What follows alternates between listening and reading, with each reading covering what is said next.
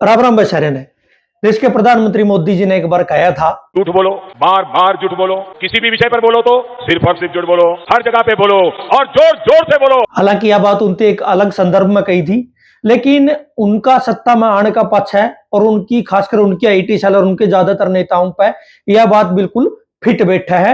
वह युवा काम कर रहे हैं। युवा काम करने का ठेका केंद्रीय मंत्रियों ने बिठा लिया है। केंद्रीय मंत्री राजनाथ सिंह ने कहा है कि देश के जो पहले प्रधानमंत्री थे पंडित जवाहरलाल नेहरू, वे देश का सरकारी पैसा था बाबरी मस्जिद बनवाना चाहे थे और उनको रोका था गुजरात के बेटे। यह बात होती गुजरात में कही तो गुजरातियों ने खुश करने खातर कि आपके गुजरात के बेटे सरदार वल्लभ भाई पटेल ने उनको रोका था। इस देश में क्या हो रहा है कि पहला तो एक, क्योंकि इनका खुद का तो कोई इतिहास है को नहीं, तो उस इतिहास का मैं खुद की जगह बनाने खातर खुद को कुकरन कुकरे उस इतिहास में घुसेड़ने खातर ये झूठ बार बार बोलने लग रहे हैं। और इसी कोरी झूठ जिसका पूरा देश ने भी रहा है, मतलब उस आदमी का बारे में कहने लग रहे हैं कि वो सरकारी पैसा था, यू काम करना चाहता जिस आदमी ने अपनी लगभग 98% जो संपत्ति थी, निजी संपत्ति, वह देश खातर दान कर दी थी। वो आदमी जो बहुत तकड़ा अमीर घर का बेटा था, उसके बावजूद वो आदमी आजादी का आंदोलन में कूदा, लड़या, जेड़ा में रहा, लाठियां खाई और देश आजाद करवाया। वो आदमी जो आजाद भारत का पहला प्रधानमंत्री बना, वो आदमी जिस आदमी ने इस देश में, मतलब जिस देश में खान का अनाज की भी कमी थी, जो 200 साल तक अंग्रेजों का गुलाम रहा था, जिस देश में पहाड़ने लोगों पर कपड़े नहीं थे, उस आदमी ने उस टाइम पर सपना देखा था कि इस देश में भी आईआईटी, आईआईएम, बाखड़ा बैंड और इसरो और पता नहीं के वैज्ञानिक मतलब इंस्टीट्यूट बन सका है। उस आदमी का बारे में ये इसी अच्छी बात कहने लग रही है और उस आदमी का संदर्भ देने लग रही है जो उस पहला आदमी का बहुत खास मित्र था। जिस टाइम वो आदमी प्रधानमंत्री था तो दूसरा आदमी उसे सरकार में वो प्रधानमंत्री था और देश का गृह मंत्री था।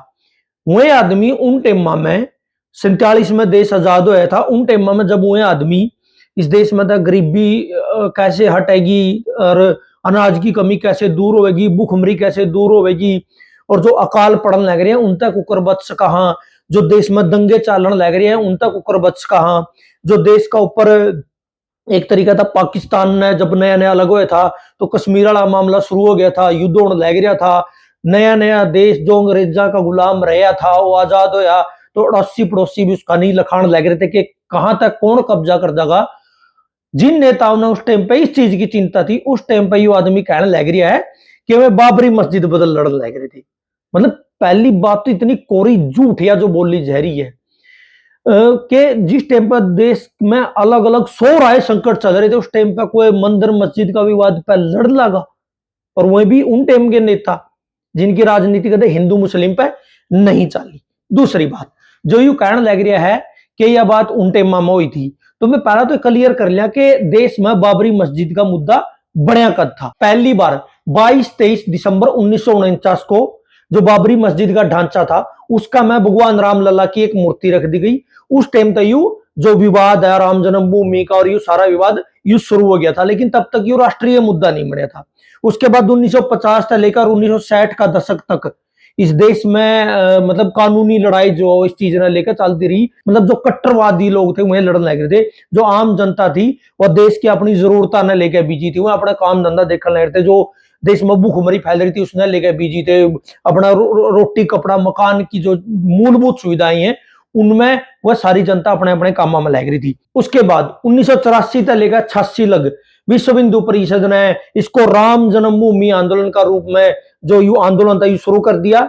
उसके बाद 1986 में जिला अदालत ने जो वह विवादित जगह थी उसमें ताला खोल के और पूजा करने की इजाजत दे दी। लेकिन उससे पहले मैं बता दूं कि 27 मई 1964 में पंडित जवाहरलाल नेहरू इस देश से, इस दुनिया से चले गए थे, उनकी मृत्यु हो गई थी। जब तक ये राष्ट्रीय मुद्दा भी नहीं बनी थी यह बात, ठीक है।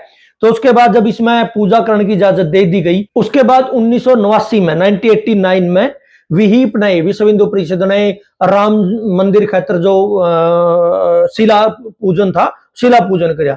उसके बाद 1990 में जब लाल कृष्ण आडवाणी ने रथ यात्रा शुरू करी तब जाकर यू राष्ट्रीय मुद्दा बढ़ा था। मतलब 1949 से लेकर 1990 में जाकर यू राष्ट्रीय मुद्दा बना था और 27 मई 1964 को पंडित जवाहरलाल नेहरू इस देश से, इस दुनिया से चले गए थे, वो गुजर चुके थे। तो उनका और यू राष्ट्रीय मुद्दा बनने का बीच में बहुत गैप है, बहुत अंतर है। उनका इस चीज का कोई लेना देना कौन था, या सरेआम झूठ बोलने लग रहे हैं जो अपने मंत्री जी हैं वो। उसके बाद फिर हमने बेरे, उसके बाद विवाद होया, ढांचा ढाया गया, फिर इतना टाइम लग गया और अब जाकर वहां पे जो राम मंदिर बना। लेकिन कुल मिलेगा बात इतनी है कि जो देश के केंद्रीय मंत्री है वे व्हाट्सएप यूनिवर्सिटी वाला झूठ इस देश की जनता था, इस देश के नौजवान था प्रोत्साहन लग रहे हैं। क्यों? क्योंकि जो नैरेटिव वो इतने साल तक चलान दे आने लग रहे हैं, अब धीरे धीरे उनकी थोड़ी थोड़ी वो जमीन तैयार हो गई है और उस जमीन पे जो मतलब जो उनका खुद का इतिहास नहीं था, अब जो उनकी नया नया कच्चा कच्चा इतिहास तैयार करे उसमें वे अपने पौधे रोपण लग रहे हैं ताकि आने वाला भविष्य में जाकर इतिहास बन सके। लेकिन मतलब इतिहास कोई ऐसी चीज नहीं है कि जिसने तो हमें बदल सको। जो सच्चाई है वह सच्चाई ही रहेगी। तारे झूठे बयान है, तारी व्हाट्सएप यूनिवर्सिटी का ज्ञान है, ये चीजें बदली नहीं जा सकती।